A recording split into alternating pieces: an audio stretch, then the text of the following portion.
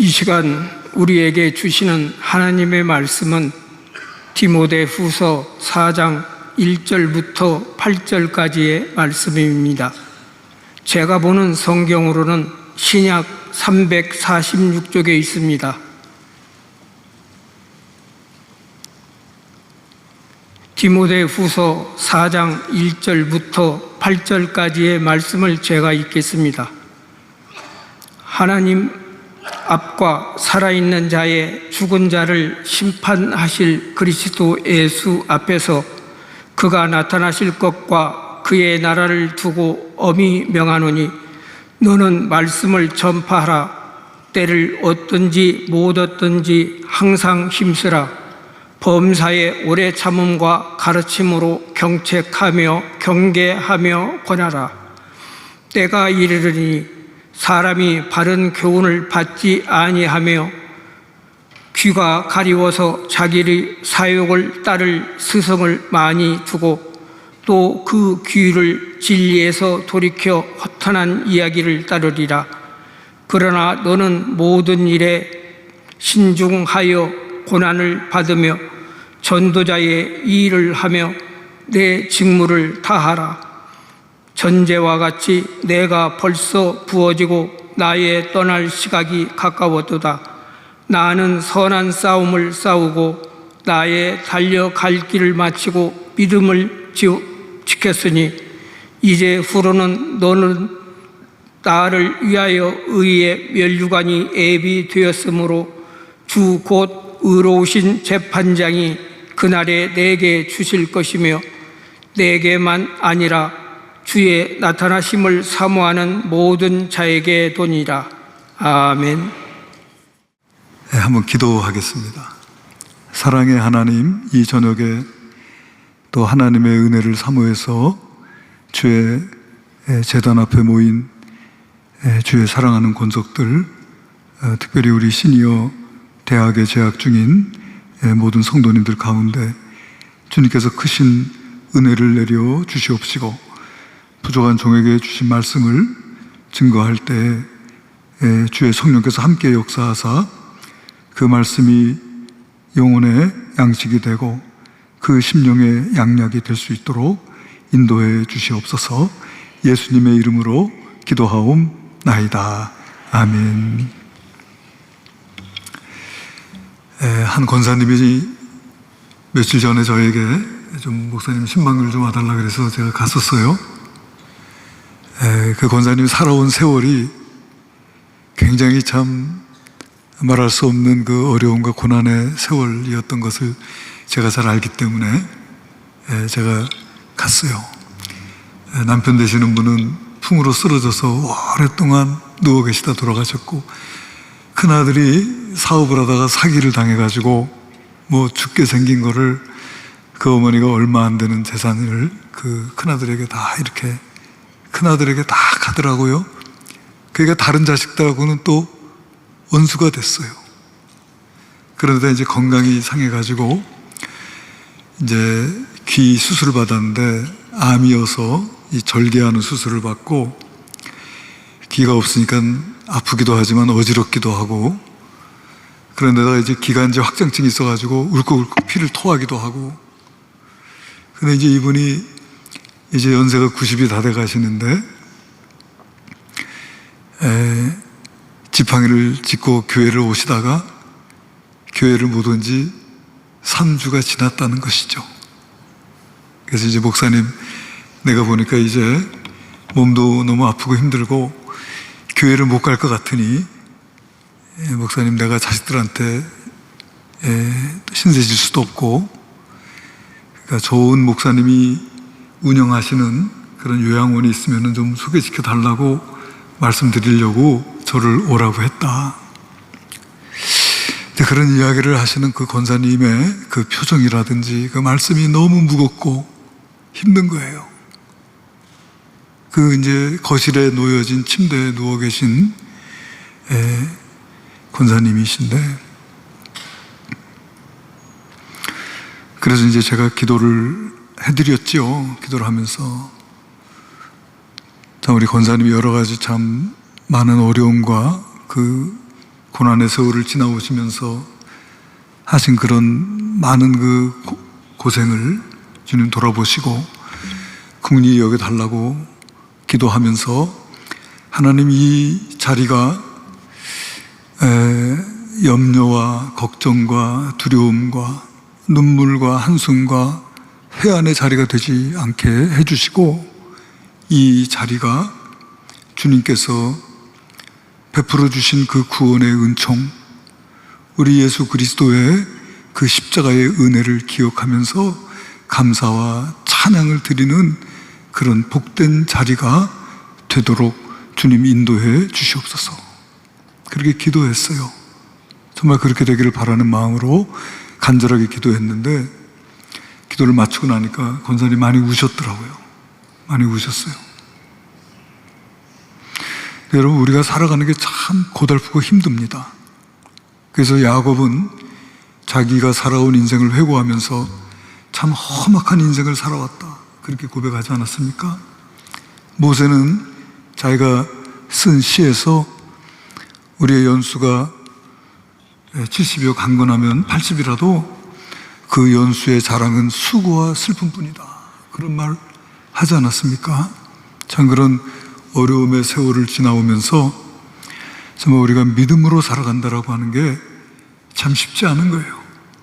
성경에 보니까 사도 바울은 주 안에서 기뻐하라, 내가 다시 말하노니 기뻐하라, 그렇게 말하고 또 데살로니가 전서에서는 항상 기뻐하라 그러잖아요. 여러분, 우리가 어떻게 항상 기뻐할 수 있습니까? 우리에게 주어진 상황과 여건 속에서 기뻐하지 못할 그런 순간들도 많이 있는데 어떻게 항상 기뻐할 수 있습니까? 그래서 참 무거운 마음으로 제가 이제 신방을 마치고 돌아왔는데 그날 마침 성경을 읽는데 오늘 우리가 읽은 이 말씀이었어요. 디모데 후서 4장 말씀. 이 디모데 후서는 사도 바울이 가장 늦게 쓴 서신서로 알려져 있습니다. 전제와 같이 내가 벌써 부어지고 나의 떠날 기약이 가까웠도다. 그러니까 순교당하기 직전에 쓴 서신서가 이 디모데 후서입니다. 그러니까 이 디모데 후서를 기록하고 있을 당시에 사도 바울은 로마 감옥에 갇혀 있었어요. 근데 사도 바울 당시에 로마 감옥이라고 하는 거는 토굴이에요. 토굴. 땅속에 그러니까 지하 여러 뭐 이런저런 편의시설이 없는, 그러니까 없다 보니까 화장실도 없는 그런 곳이에요. 그래서 어떤 수감시설이라고 하기보다는 처형을 대기하고 있는 장소, 그런 느낌이었다고 그래요.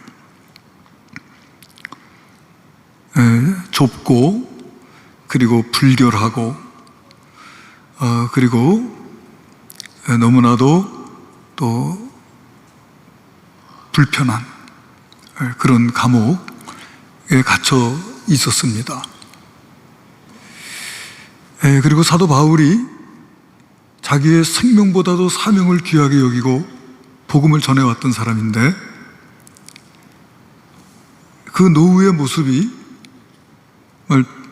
그 노구를 편히 쉴 수 있는 조그만한 오두막도 없고 잠깐 누워 쉴 수 있는 안락한 침대도 하나 없는 그런 감옥에 갇혀 있는 그런 모습을 본 제자들이 바울을 버리고 떠나가는 그런 일들이 많이 있었어요.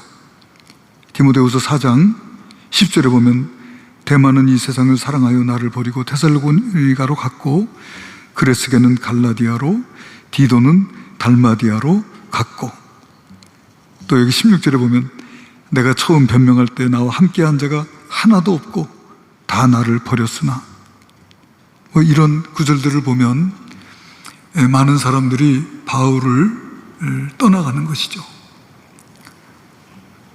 그렇게 복음을 위해서 살았던 그런 삶이 그 결국이 그런 모습이라면 나는 그런 삶 살기 싫소, 아마 그렇게 떠나간 것이 아닌가 그런 생각이 들어요. 그리고 그 감옥에서 이제 앞으로 다가오는 그 겨울이 참으로 혹독할 것을 바울이 생각했었던 것 같아요.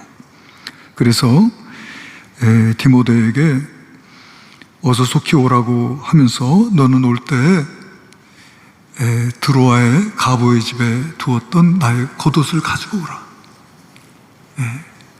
겨울이 오기 전에 속히 오라. 이런 말씀을 하고 있는 것을 보면은 참 너무 고달프죠.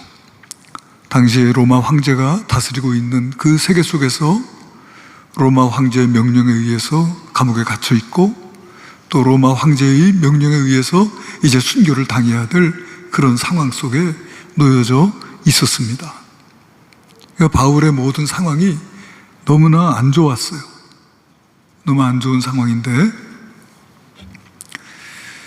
이 바울이 자기의 영적으로 낳은 아들 디모데 또 에베소 교회의 자기의 후임자이기도 한 그 디모데에게 지금 이 편지를 보내는데 이 편지를 보내는 그 내용을 보면 사도 바울의 믿음이 어떠한 것인가를 알 수가 있어요.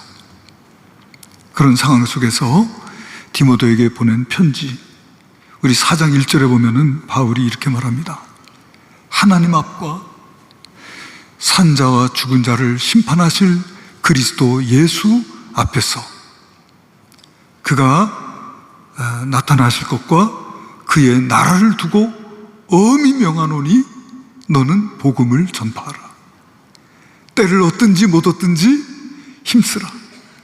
범사의 오래 참음과 가르침으로 경책하며 경계하며 권하라. 그러니까 바울의 눈에는 그 로마의 황제가 보이는 게 아니고 이 세상의 심판자가 되신 하나님과 예수 그리스도가 보이는 것이죠. 할렐루야. 그렇게 자기를 지금 단칼에 죽일 수 있는 세상의 권력을 가지고 있는 그 로마 황제 그를 바라보는 게 아니고 하나님과 또 심판자 되신 예수 그리스도를 바라보고 그리고 그분의 재림 그리고 그분이 가지고 오실 그 나라를 두고 자기 제자 디모데에게 험히 명하면서 너는 복음을 전파하라.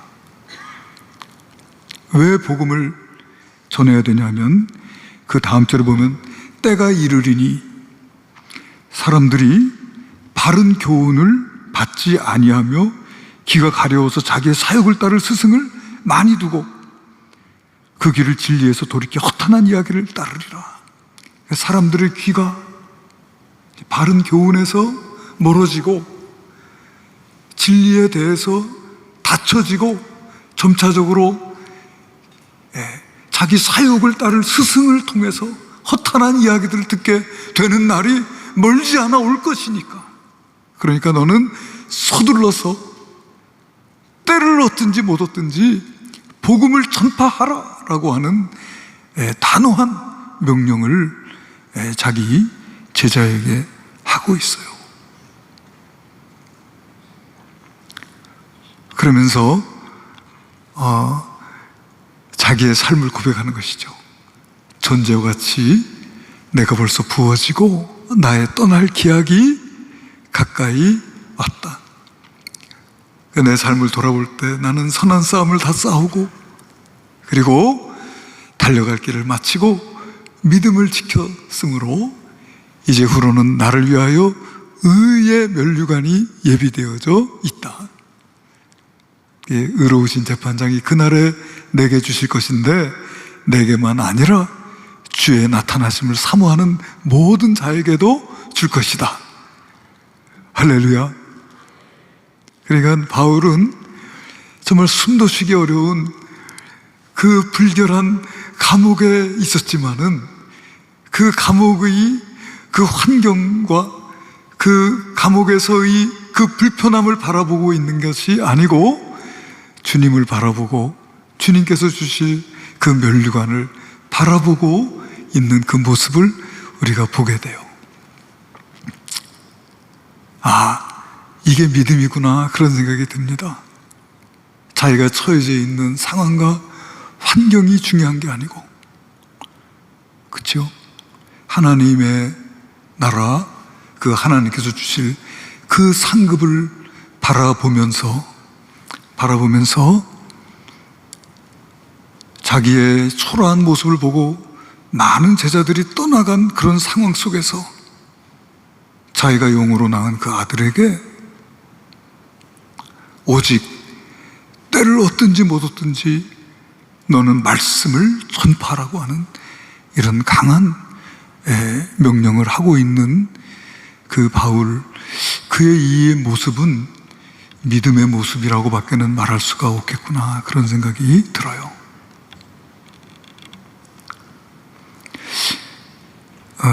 이 바울의 일관된 모습이구나. 언젠가 여러분, 바울이 빌립보 감옥에서 매를 맞고 갇혀 있었던 때가 있었어요. 그 빌립보에서 복음을 전파하다가 죄도 없이 붙잡혀서 매를 심하게 맞고 발에 착고가 채인 채로 깊은 감옥에 갇혔던 적이 있었어요. 저 같으면 하나님 왜 이러십니까? 하나님 나와 함께 하시지 않습니까? 하나님 살아계신 거 맞습니까? 하나님 저를 지켜주셔야죠 하면서 하나님을 원망하고 또 자기의 처지를 한탄하고 염려할 수 있는 그런 상황이었을 것 같은데, 성경에 보면은 바울이 하나님을 찬미하고 기도했다 그랬어요. 어떻게 그렇게 하나님을 찬양할 수가 있었을까? 그런데 바울의 마음은 그런 것이죠. 나를 드로아에서 이 마게도냐로 오게 해 주신 하나님, 그 하나님께서 지금 일하고 계시다는 거예요. 그 하나님께서 하실 일을 내가 기대할 수 있다는 것이죠. 하나님께서 하실 일에 대한 기대. 하나님은 우리가 알거니와 하나님을 사랑하는 자, 곧 그 뜻대로 부르심을 입은 자들에게는 모든 것이 합력하여 선을 이룰 줄을 믿기 때문에 하나님께서는 모든 것을 합해서 나의 실수와 나의 실패까지도 그것을 합해서 선을 이루실 하나님이신 것을 믿기 때문에 하나님이 행하실 그 일들을 기대하는 거예요. 그래서 그는 하나님을 찬양하고 기도할 수 있었어요.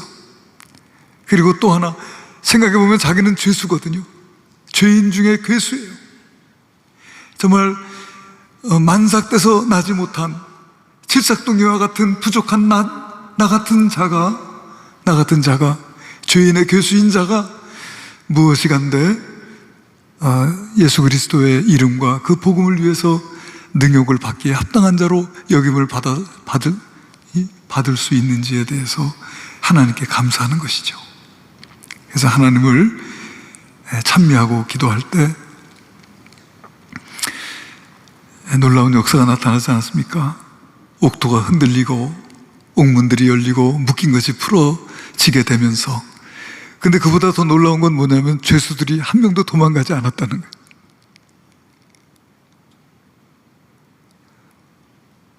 그 간수가 그 모습을 보고 죄수들이 다 도망간 줄 알고 스스로 칼을 꺼내서 자결하려고 하다가 바울이 멈추시오. 우리 중에 아무도 도망간 자가 없어 하니까 내가 어떻게 하면 되겠소? 주 예수를 믿으라. 그리하면 너와 내 집이 구원을 얻으리라. 할렐루야. 그래서 그 간수가 정말 온 가족과 더불어 예수를 믿게 되면서 빌립보의 교회가 세워지는 그런 역사가 나타나지 않았습니까? 그렇게 자기가 죄도 없이 매를 맞고 그 감옥에 갇혀서 언제 다시 풀릴 것이라는 기대도 할 수 없는 그런 상황 속에서 자기가 처해져 있는 그 상황보다도 하나님을 바라볼 수 있었던 것이 바울이거든요. 그리고 하나님께서 행하실 일들에 대한 기대하면서 거기서 하나님을 찬양하고 기도할 수 있었던 바울이 우리에게 말하는 것이 항상 기뻐하라. 그래서 항상 기뻐하라는 그 말을 제가 보니까요, 헬라어로는 카라라고 하는 말이에요. 카라. 예, 카이로라고 하는 말에서 파생된 말인데, 그게 갈라디아서에서는 희락이라는 말로 번역이 됐어요. 희락. 그런데 이 희락이라고 하는 것은 우리의 상황과 어떤 조건 때문에 기뻐하는 것이 아니고, 그 기쁨의 근원이 하나님께 있는 그런 기쁨이에요. 하나님 때문에, 하나님으로 인해서 기뻐하는 그것이 이 카라. 바울이 항상 기뻐하라고 하는 것은 어떤 상황이든지 어떤 조건에서든지 하나님 때문에, 하나님으로 인해서 기뻐하라고 하는 것이죠. 바울이 우리에게 보여주었던 본이 그렇다는 거예요. 그래서 어떤 상황, 어떤 조건 속에서도 하나님 때문에 우리가 기뻐하고 하나님 때문에 감사할 수 있는, 그래서 세상이 뺏을 수 없는 그런 기쁨을 누릴 수 있는 그런 우리 신앙인들이 되라고 말씀하고 있는 줄로 믿습니다. 그래서 우리 권사님에게 제가 비록 상황이 힘들고 어렵더라도, 그러나 이 침상이 눈물과 한숨과 그리고 불안과 두려움의 자리가 아니라 정말 우리 주님으로 인해서 기뻐하고 감사하고, 그렇게 주님께서 행하실 그 일들에 대한 기대와 감사가 넘치는 그런 자리가 되게 해달라, 그렇게 기도를 드렸는데, 정말 남일이라고 너무 쉽게 이야기한 거 아닌가, 그런 생각이 들었어요. 그러나 여러분, 우리의 믿음이 어떤 상황 속에서도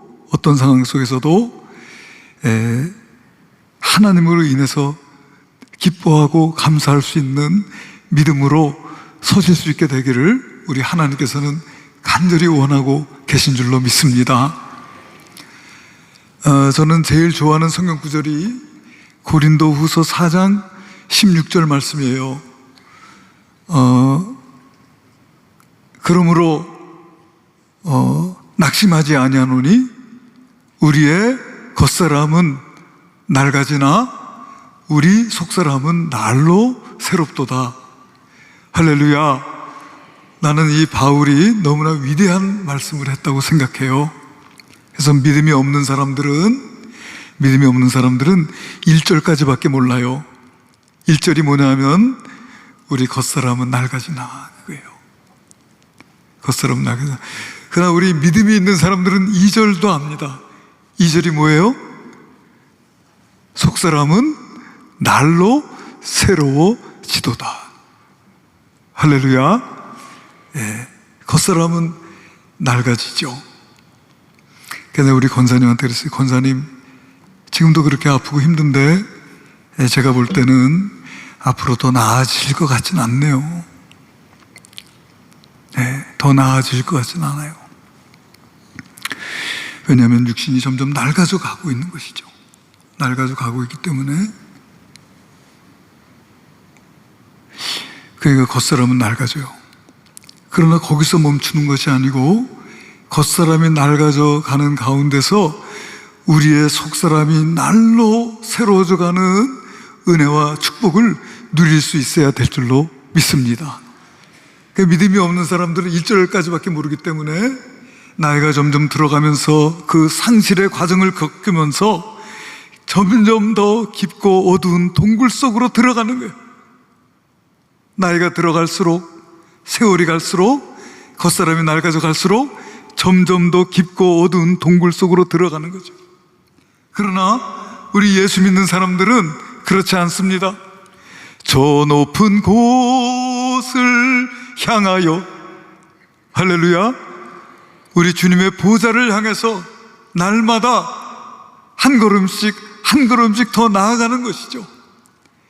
속사람이 날로 새로워져 가는 삶을 살아가는 거예요. 그 속사람이 날로 새로워져 간다는 것이 여러분 어떤 의미입니까? 우리의 믿음이 내가 처해져 있는 환경과 상황에 머무르지 아니하고 나를 택해 주신 하나님, 나를 구원하시고자 십자가에 높이 달려 살찢고 피 흘려 주신 우리 주 예수 그리스도, 그분의 그 은혜를 생각하면서 그것을 바라보면서 기뻐하고 감사할 수 있는 그런 마음이 점점 더 확장되어져 가는 것, 그것이 여러분 우리 속사람이 날로 새로워져 가는 것이 아닐까요? 어제 보지 못했던 것을 오늘 보고, 어제까지는 내가 로마 황제를 보고 두려워했었지만은 이제는 내가 하나님과 심판자 되신 예수 그리스도를 바라보고 주님께서 심판자가 되신 그날 로마 황제조차도 하나님 앞에 심판받는 한 피조물에 지나지 않게 될 것이라고 하는 그런 믿음 가운데 굳건하게 서는 것이죠. 내가 처해져 있는 감옥의 이 불결하고 열악한 이 환경이 아니라 주님께서 내게 주실 하늘의 면류관을 바라보면서 기뻐하고 주님을 찬양할 수 있는 그런 마음이 더욱더 확장되어져 가는 거예요. 그런 삶으로 나아갈 수 있는 저와 여러분이 되시기를 주님의 이름으로 축원합니다. 특별히 오늘 헌신 예배를 드리는 우리 시니어 대학의 우리 학생 여러분들, 정말 사도 바울과 같은 그런 모습으로 정말 세상의 모든 환경과 조건을 바라보는 것이 아니라 눈에 보이지 않지만은 하나님과 또 심판자 되신 예수님, 그분의 재림과 그분이 가지고 오실 그분의 나라, 그것을 굳게 믿고 그 믿음으로 살아가실 수 있게 되기를 우리 하나님께서는 간절히 원하고 계신 줄로 믿습니다. 아멘. 기도하시겠습니다. 사랑이 많으신 하나님, 오늘 참으로 열악한 환경, 그리고 곧 순교를 당할 수밖에 없는 그런 위기의 상황 속에 있었지만은, 그러나 그 속에서 환경과 조건에 매몰되지 아니하고 고개를 들어 하나님과 그의 나라를 바라보며 그의 제자에게 하나님의 말씀을 전파할 것을 명령하고 있는 사도 바울의 아름다운 모습을 저희들이 덧입을 수 있도록 은혜 내려 주시옵소서. 예수님 이름으로 기도하옵나이다. 아멘.